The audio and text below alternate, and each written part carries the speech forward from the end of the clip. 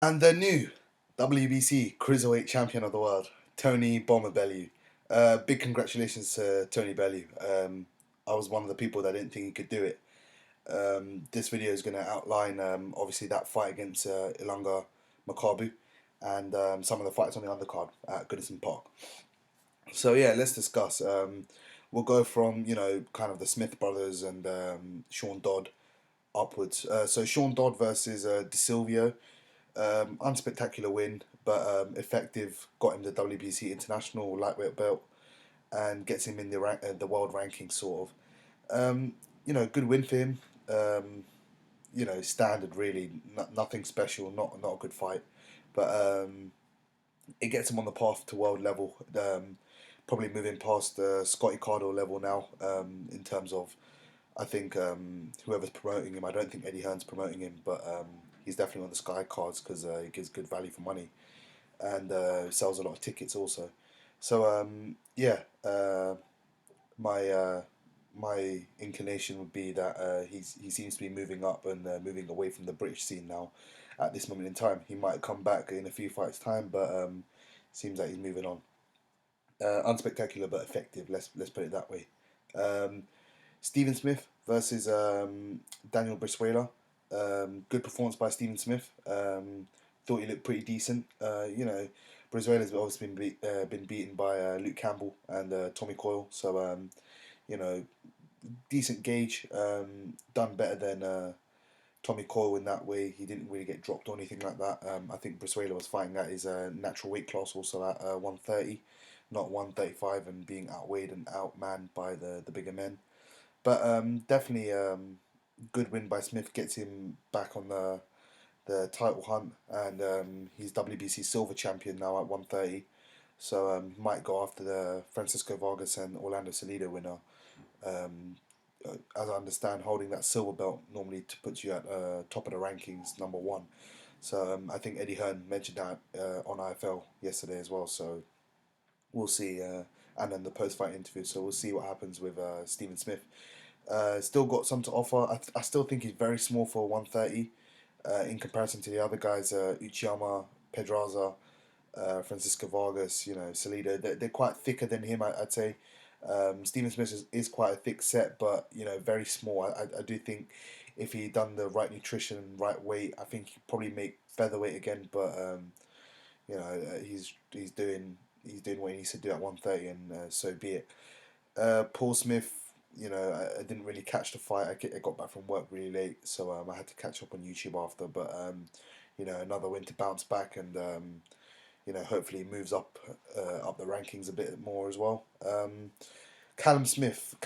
This was probably the most interesting fight bar the main event for me. I was actually pretty disappointed in Callum Smith. Not to say I rate him necessarily highly in my rankings and opinions, but I think he's a very very good prospect. But he has fundamental flaws, and I think here was even more of a flaw against Reynoso, and Reynoso was tricky, awkward, made it very uncomfortable for Callum Smith. But Callum Smith was loading up a lot. Again, not much head movement, lack of real good elite foot speed. So he's got fundamental flaws, and it seems that his power is bailing him out at this moment in time. And will it be the case against someone like a Badu Jack, a James DeGale, Martin Murray, George Groves? I mean, the latter two I mentioned, especially those guys aren't at elite world title level yet. But I still think they give him a lot of trouble. I'd actually pick George Groves to beat Callum Smith at this moment in time. So for me, it's definitely not a good sign if you're kind of labouring to a performance such as that against Cesar Reynoso. And yeah, he has a lot of things to work on in the interim. If Badu Jack decides not to face him and go down to unification, it's probably best for Callum Smith, and he can keep learning, keep active, and keep developing. I think that's the key for Callum Smith here. Uh, Real life Rocky story. Yeah, I smile a lot, but it's real. You have to give props to Tony Bellew. big respect to him. He came out some of his injuries, beforehand in camp. So you got to give him some credit, whether you like him or not. WBC cruiserweight champion of the world now. The fight itself, first round broke his nose, Makabu, and Bellew. He wasn't really hurt by the shot, but um, it was more a more off balance sort of thing, and Bellew needs to kind of eradicate that from his game. Bellew looked a bit better, I think, than he has done more recently, and I think maybe it was because of the threat of Makabu. But for me, definitely he looked slightly better. The jab was there. I guess it was more of a nuisance jab than anything, but it wasn't more like a piston like jab. It was in Makabu's face, just trying to smother Makabu's vision possibly, but. Definitely the left hook. I did say in the prediction video, I did pick Makabu to win. So yeah, I'll hold my hands up and say I was wrong. But I did say there are ways that Tony Bellew can win this fight, and I wouldn't be surprised in winning the fight. Uh, Tom O'Brien, who's on the podcast that we have every Wednesday, he actually commented on the video and he said, "Why did I change my mind?" Or saying that Belly was going to get murdered on the podcast. I didn't change my mind. I just thought, I did think there were ways that Bellew could win, and I think that's with a lot of people. I think loads of people probably picked against him, with Makabu, heavy favorite. Bellew was 6-1 underdog, sorry, to win the fight, and it kind of shows the odds that many people probably betted against him, and many of the bookmakers certainly thought that he wasn't going to win the fight. So for me, definitely Bellew done a good job. Left hook, peach of a left hook, knocked Makabu unconscious, and his post fight interview was cracking. To be fair, like he said, I'm the closest thing to unbeatable when I'm fighting at Goodison Park to Floyd Mayweather, which I found absolutely hilarious. But what else did he say? He called out Frank Warren, yeah, fish eyes. So yeah, I mean that was a great post fight interview, and I quite enjoyed it. You know, he called out David Hay as well. Don't think that's a smart move. I don't think David Hay can make cruiserweight anyway. He'd have to cut a hell of a lot of weight. I still think he probably leaner and much better. Probably about 220, which he came in for against Arnold Jar Jar Binks. Um, but yeah, I don't think David Hay is a viable fight. Dennis Lebedev, he called him out as well. Dennis Lebedev is a fight I'd actually love to see over here in the UK if Dennis Lebedev is willing to travel. He recently became unified world champ, WBA and IBF, so that's a potential good matchup. Glowacki Azaya or Christoph Glavaki. So if I've got the pronunciation wrong, I apologise. He's ordered to face Alexander Usyk in his next fight, so that's off the cards at the moment. Maybe the winner, but those two I think more handily will beat Bellew.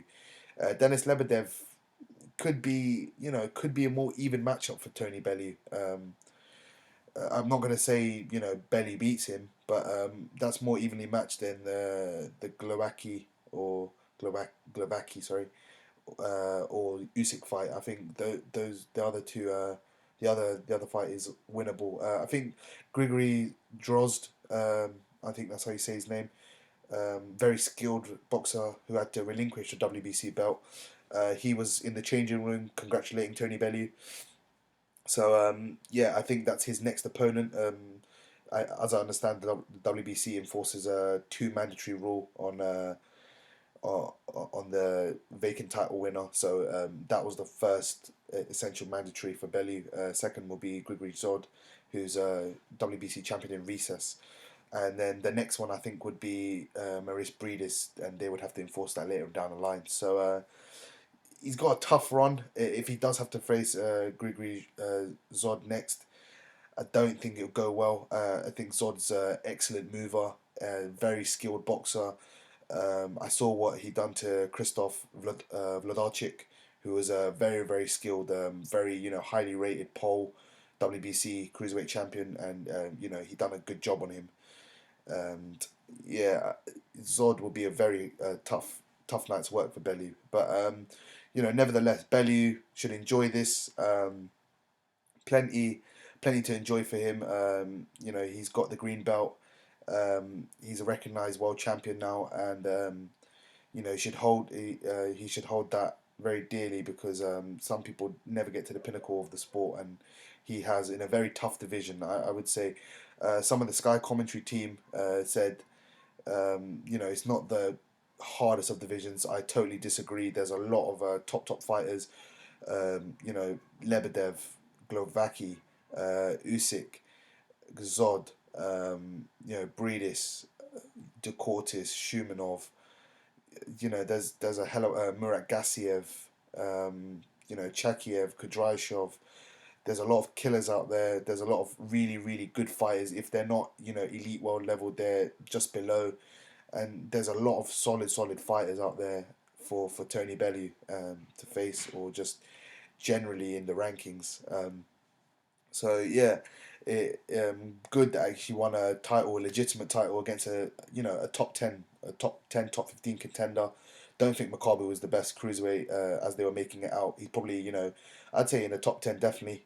So Tony Bellew would probably be in there now due to beating him. But yeah, I'm really looking forward to seeing who he faces next. As I said, Lebedev is a real possibility. Grigory Zod.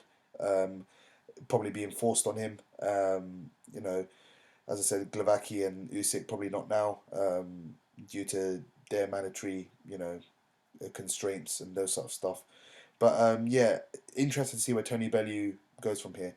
Eddie Hearn, big respect to Eddie Hearn for getting it over at Goodison Park, getting Tony, a really good reception and whatnot, and it was really good for all the local lads to you know bask in such a good stadium as well.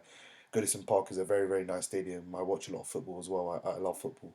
So yeah, it's a very good stadium, and the fans, get right behind the players, and in this case, the boxers, the local lads as well. So yeah, let me know all your thoughts on Tony Bellew, the undercard, his post fight interview. I thought it was absolute gold. Please do let me know your thoughts on all of that. If you enjoyed the video, please give the thumbs up. And yeah, subscribe and share so it gets out to our larger boxing audience. Want more boxing fans on the channel. Take care, guys, and I'll speak to you soon. Peace.